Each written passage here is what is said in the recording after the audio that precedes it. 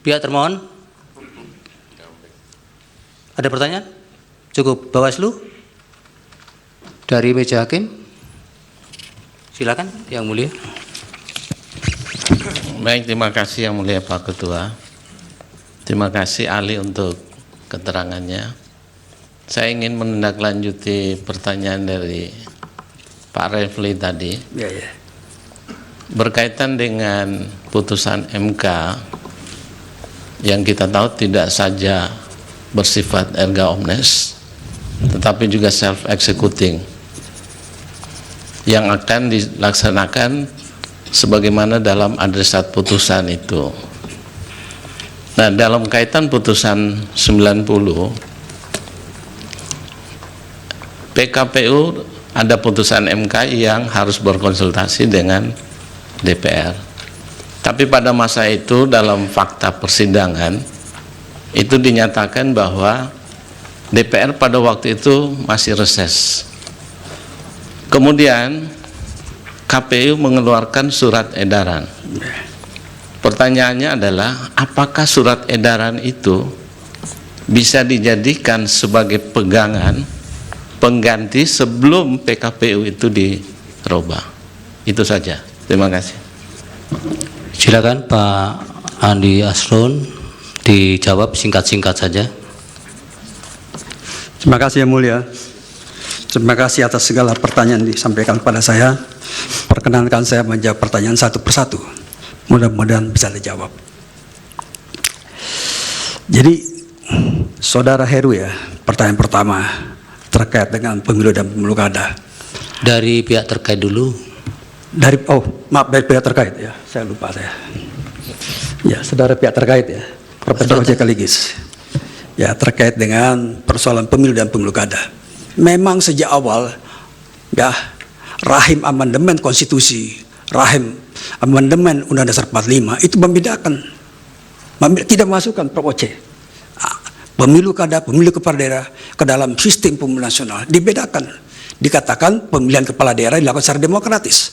Demokratis bisa melalui DPRD secara langsung, kemudian dilakukan pemilihan secara langsung. Sejak awal sejarahnya beda. Jadi oleh karena itu tidak bisa bedakan. Kemudian juga ada putusan MK, ya, putusan Mahkamah Konstitusi. Saya kutip ini putusan MK. Ya. Yaitu putusan 97 PU 11 2013. Ini sangat prinsipal sekali dan selalu saya tahu menjadi perdebatan di Mahkamah Konstitusi.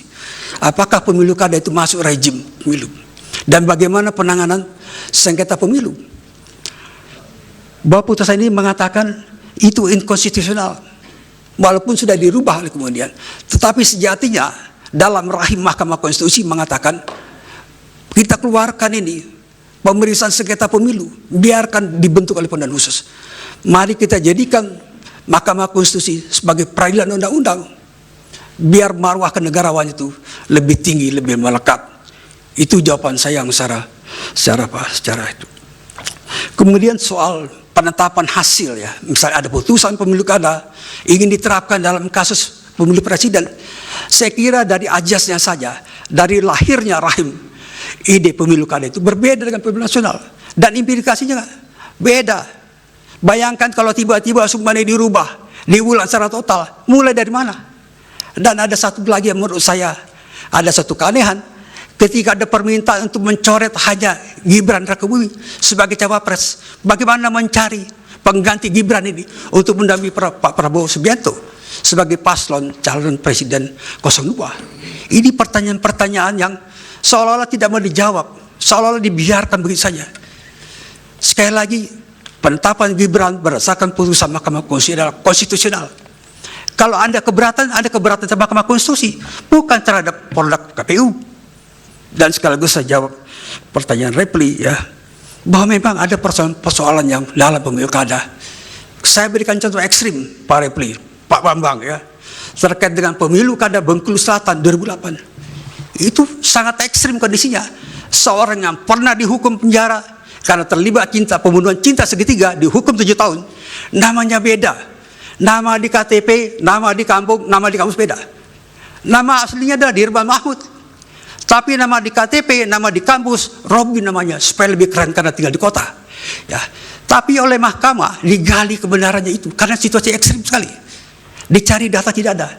Didapatlah keterangan ahli bahwa betullah sinonima persamaan antara orang yang bernama Diron Mahmud dan orang bernama Robi. Itu kondisi ekstrim, Pak. Ya. Diulang. Tapi ini Pak Gibran ini bukan narapidana, bukan kriminal. Dia mendapat legalitas dari Mahkamah Konstitusi dan putusan Mahkamah, dan ini biasa. Kalau seorang merasa itu sudah tidak usah diulang-ulang. Ya. Pertanyaan pihak terkait Pak Niko tadi, jawab dulu. Yang mana, Pak? Dari penanya dua pihak terkait. Oh, pihak terkait. Yang pertama Pak Oce kan sudah dijawab. Ya. Yang pertanyaan Pak Niko satunya. Oh ya. Soal pertanyaan kedua tentang beda pemilu kada dengan pemilu nasional. Kira-kira gitu, Pak ya. Pertanyaan saya. Singkat-singkat bisa diulang, Pak. Pertanyaan saya, bagaimana pelanggaran konstitusi yang sejatinya menunjuk pada undang-undang, namun justru dalil-dalil yang dibangun tidak berkesesuaian dengan yang diatur dalam undang-undang? Apakah dengan demikian dapat dibenarkan? Saya kira sesuai dengan Undang-Undang Nomor 7 Tahun 2012, perselisihan di Mahkamah Konstitusi adalah perselisihan hasil perolehan suara. Tapi bukan sekedar suara itu. Bagaimana suara itu diperoleh, dan kemudian apakah terjadi pengurangan, di mana terjadi pengurangannya, apakah di Sumatera Barat atau di Aceh, itu harus dibuktikan secara matematis, tapi bukan sekedar menjadi mahkamah kalkulator. Ini ajas betul. Itu soal keadilan. Kenapa suara ditaruh di ujung? Karena ini persoalan kedaulatan rakyat, ini refleksi kedaulatan rakyat. Rakyat memberikan suara sebagai satu kontrak sosial, sebagai mengatakan adalah Jean Rousseau. Tidak bisa diterapkan, Pak. Dari sejak awalnya rahimnya beda, Pak. Mudah-mudahan terjawab, Pak. Ya, yang dari Pak Heru. Pak Heru, oke.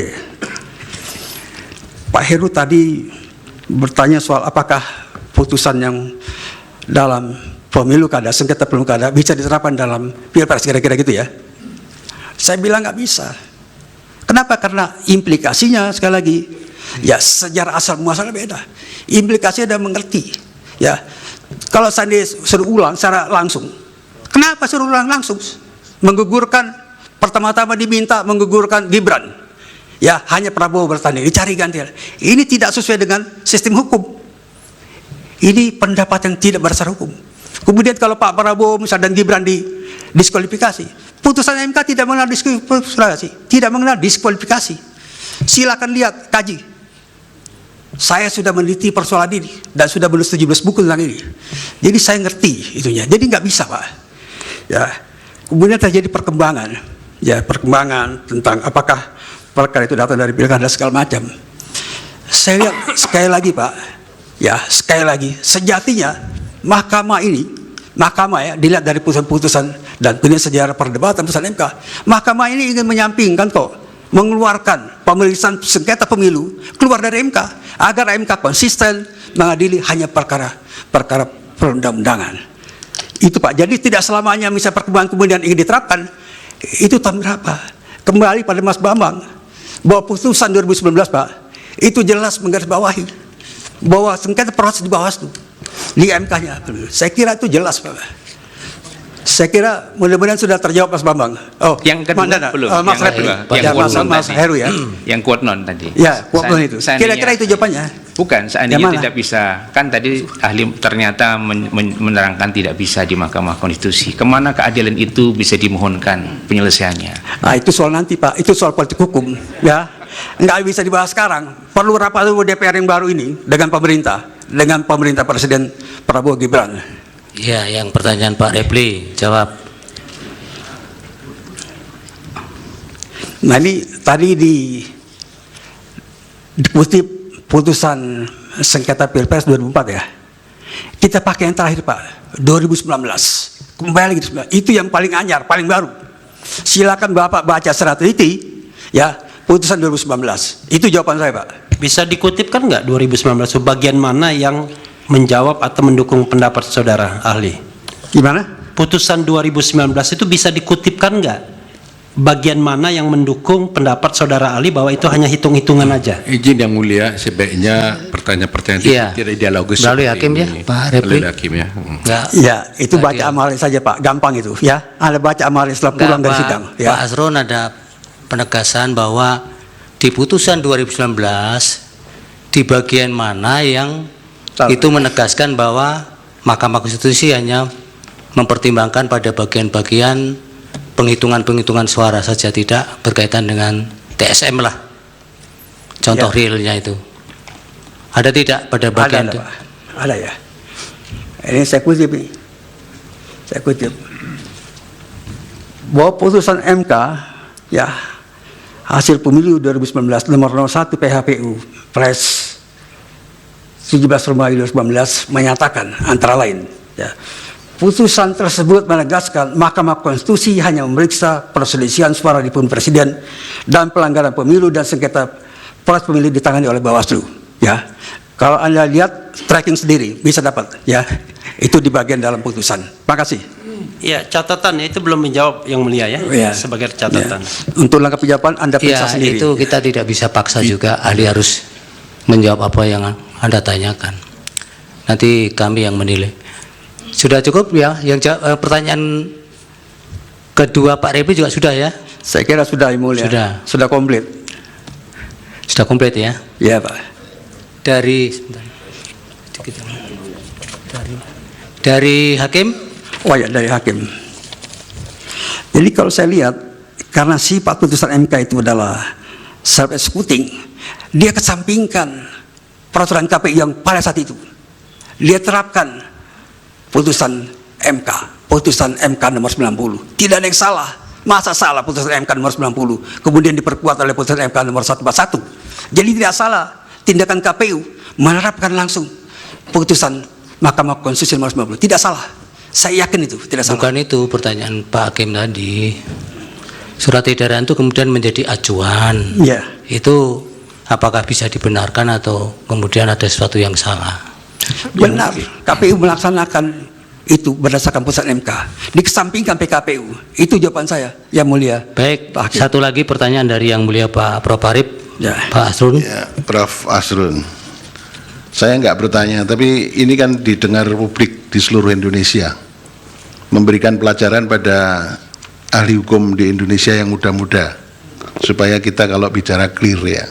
Saya pengen tidak bertanya, tapi pengen mohon untuk bisa dicermati bersama-sama sebagai pelajaran kepada seluruh masyarakat Indonesia. Begini Pak Asrun, di dalam halaman 5 makalahnya Prof. Asrun itu ditulis begini: putusan Mahkamah Konstitusi bersifat self-executing. Memang secara teoretik Pak Asrun sudah baca disertasinya Pak Marwarar kan?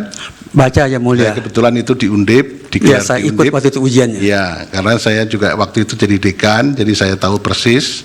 Ya, jadi putusan Mahkamah Konstitusi itu bersifat self-executing dan ada yang non-self. Nah, Pak Arsul bisa memasukkan ini sebagai self-executing. Ya, ya. Itu tidak masalah, ya. Karena guru besar itu berpendapat salah, siapa tahu nanti 10 tahun lagi malah jadi teori baru kan begitu kan. Makasih, Jadi tidak Yang Mulia. masalah sebetulnya. Ya. Ya. Tapi terus begini, Pak Arsul menyamakan apa yang dilakukan oleh KPU dengan putusan 90 itu betul sudah dilaksanakan. Tapi kemudian kalau Pak Arsul menyatakan putusan Mahkamah nomor 102 garis miring PUU 6 Romawi tahun 2009 itu sama dengan apa yang dilakukan oleh KPU, itu mohon untuk dicek kembali. Saya belum bisa menyalahkan, tapi dicek kembali. Karena kalau pada waktu itu, kebetulan kemarin saya diingatkan oleh ahli dari 03, Putu Arte, mengatakan bahwa putusan mahkamah yang nomor 102 garis miring PUU 6 Romawi tahun 2009 itu diputuskan pada sore hari, malam hari KPU merubah PKPU-nya. Ya. Karena pada waktu itu belum ada putusan Mahkamah Konstitusi yang mengatakan KPU merubah atau membuat PKPU harus konsultasi DPR. Ya. Tapi kemudian ada pengujian undang-undang di Mahkamah Konstitusi mengatakan PKPU harus disusun dengan konsultasi DPR. Jadi ini tidak bisa dipersamakan. Ya. Tapi kalau pendapat bahwa putusan Mahkamah nomor 90 itu self-executing dan bisa langsung ditindaklanjuti oleh KPU, itu tidak ada masalah pendapat itu, gitu ya. Ya. Tapi yang tidak bisa disamakan dengan 102, karena 102 begitu diputus mahkamah langsung malamnya Pak Putu Arte yang membuat PKPU baru bahwa mencoblos tidak perlu di DPT, tapi mencoblos bisa langsung dengan menggunakan identitasnya. Jadi saya tidak bertanya, tapi kita supaya semuanya clear, karena kita berhukum harus presisi, harus cermat. Terima kasih Pak Arsul. Terima kasih, Pak Kita Farid. sama-sama guru besar tidak boleh saling mendahului kayak biskota. Terima kasih banyak, Pak. Terima kasih. Terima kasih banyak. Baik, Pak Aslun, cukup? Cukup yang mulia. Baik. Terima kasih banyak. Kalau ada salah-salah ucap, mohon dimaafkan. Selamat Lebaran, mohon maaf lahir batin. Baik, mudah-mudahan keterangannya bisa menjadi pertimbangan dalam pengambilan putusan. Prof, yang kedua siapa ini? Tetap Pak Abdul Khair Ramadan? Ya, Dr. Abdul Khair Ramadan. Supaya dihadapkan Dr. Haji Abdul Khair Ramadan.